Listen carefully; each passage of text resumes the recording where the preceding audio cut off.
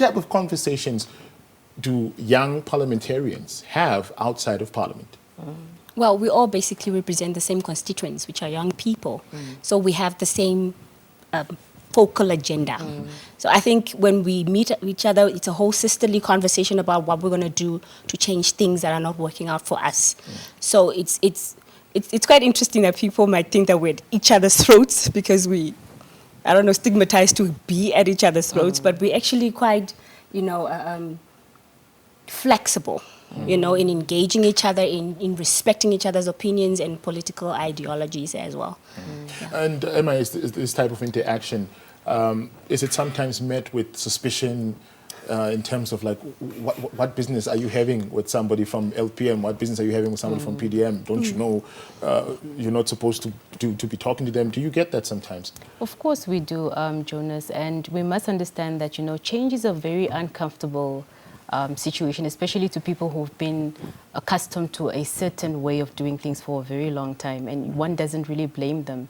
But yes, we do get that. And, at this point in time, the only thing that one can do is be patient and be steadfast to really prove a point to say, look, we're not here to fight about political parties or political agendas. We, as my colleague rightfully said, as young people, we do have common issues, we do have common interests. So it's time wasting at the end of the day if we have to, throw funny things at each other and hold each other at each other's necks, because time is going, and our younger generation is looking up to us and saying, look, at the end of the day, what have you done? We sent you there to represent us, but at the end of the day, you're jumping on top of tables or whatever the case may be. So, yeah.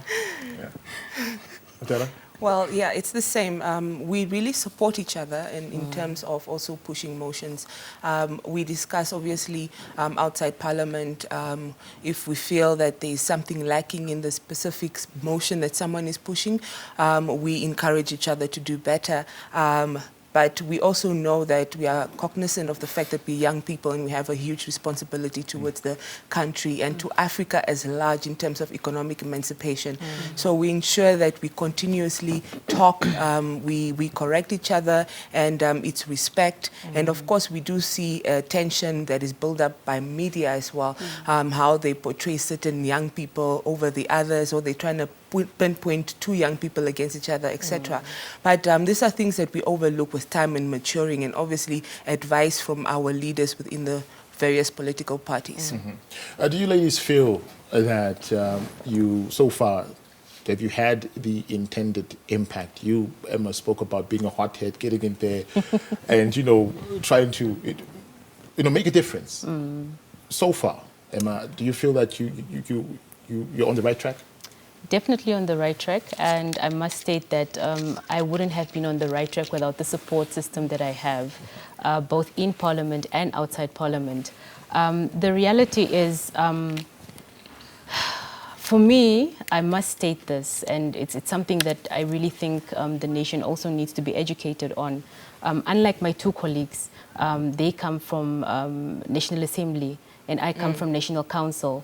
And it's very, very important for people to understand that the setup of a parliament in Namibia is that of two houses under one parliament, but that have got completely two different we have, yes, at this point in time. I mean, with National Assembly at this point, if we have to put it in layman's language, they are responsible for making laws, and they are then responsible for sending it down to us at National Council so that we can review these laws and thereafter perhaps present recommendation thereof. And the key word here is of, regional concern. Because what I need to stress is, before I am a member of Parliament, I'm a regional councillor, which basically means I'm one who communicates, or rather the transmitting belt between the community and that of the government. And so this is basically something that I always want to stress, to say I really need people to understand that, so that when I actually do, contribute in Parliament, you understand where I'm coming from. So yes, am I on the right track? I am, and I would want to, highlight two instances, for example. We know we have this hot topic of the Procurement Act at this point in time. When the amendments came to us, I was actually one of the first people to stand up and say, look, yes, we hear what National Assembly is saying. However, these are the recommendations that we would want to give, that it's advisable that we need to start involving the community. We need to do public consultations when it comes to bills, because this has got nothing to do with us as politicians. It has everything to do with the people who have voted for us, the ones that we are representing. And I feel there's not much being done when it comes to public participation. And that of climate change, it's a reality in this country at this point in time. What are we doing in terms of, moving towards making a change in terms of, where's our country at? What is the plan? You hear these fancy words of, the Paris Agreement of all, the African countries would, sit in there and talk about it, but what about it when it comes to Namibia? Where are we sitting and in which direction are we moving? What is the plan? So, yes. Utara? Yes, I'm on the right track. And as a movement, we're also on the right track, because the easiest way to see if you're on the right track is through elections. And our first year, and my first year's experience, how I advocated and how my fellow leaders advocated, we ensured that we gained dominance in the previous regional elections. So that's your first indicator.